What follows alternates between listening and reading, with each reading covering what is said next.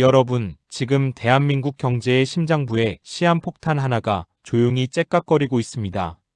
폭탄의 이름은 호르무즈. 지구 반대편 손가락만 한 해협 하나가 막히는 순간 우리 밥상 위의 라면 값부터 주유소 기름값까지 당신의 지갑 속 모든 것이 흔들립니다. 오늘 이 이야기를 끝까지 들으시면 뉴스에서 흘려듣던 중동 위기가 왜 내 월급날보다 더 중요한 문제인지 피부로 느끼게 되실 겁니다. 자, 먼저 이걸 이렇게 상상해 보세요. 대한민국은 거대한 공장입니다. 이 공장은 하루도 쉬지 않고 돌아가야 합니다. 반도체를 굽고 자동차를 조립하고 석유화학 제품을 뽑아냅니다. 그런데 이 공장을 돌리는 연료, 즉 원유의 무려 70%가 중동에서 옵니다. 그리고 그 원유가 반드시 지나야 하는 단 하나의 통로가 바로 호르무즈 해협입니다.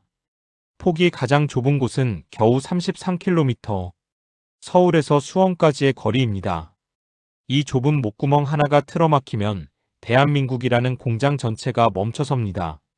지금 이 목구멍 앞에 불이 붙었습니다. 이란이 유조선을 공격하고 드론과 미사일이 오가고 수백 척의 유조선이 항로를 바꾸거나 그 자리에서 발이 묶였습니다.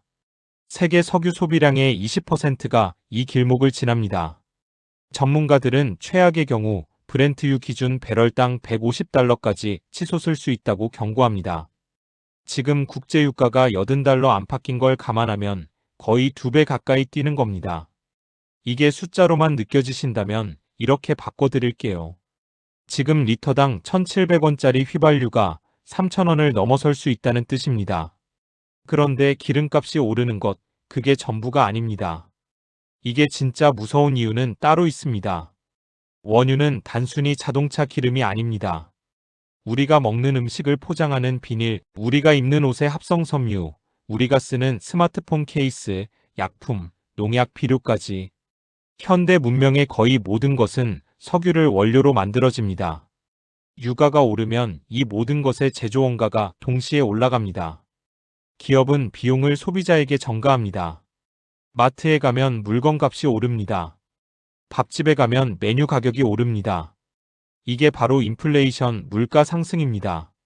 여기서 잠깐 우리나라가 얼마나 취약한지 숫자로 한번 짚고 넘어갈게요. 대한민국은 세계 5위의 원유 수입국입니다. 에너지 자립도는 거의 제로에 가깝습니다.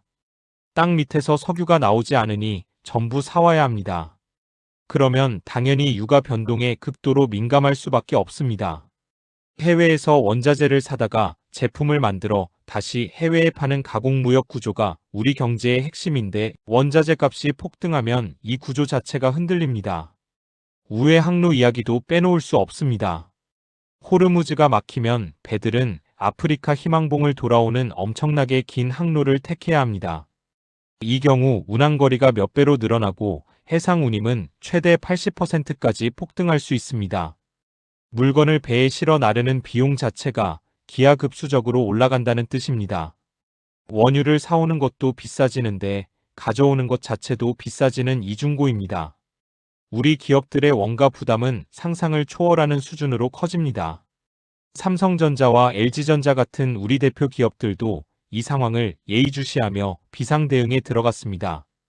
이 기업들은 중동 현지에 법인과 직원들을 두고 있습니다.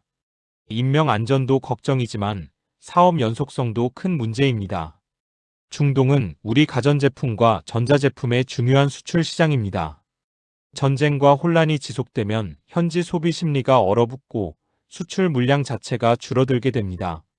수출로 먹고 사는 나라에서 수출이 줄어든다는 건 국가 전체의 밥줄이 가늘어진다는 의미입니다. 그렇다면 정부는 어떻게 움직이고 있을까요? 우리 정부는 비상경제회의를 소집하고 24시간 상황 점검 체계에 돌입했습니다. 가장 직접적인 카드는 비축유 방출입니다. 우리나라는 국제에너지기구 IEA의 권고에 따라 90일치 이상의 원유를 비축해두고 있습니다. 유가가 급등하거나 공급이 끊길 위기에 처하면 이 비축유를 풀어 충격을 완화할 수 있습니다. 다만 이건 어디까지나 단기 처방입니다.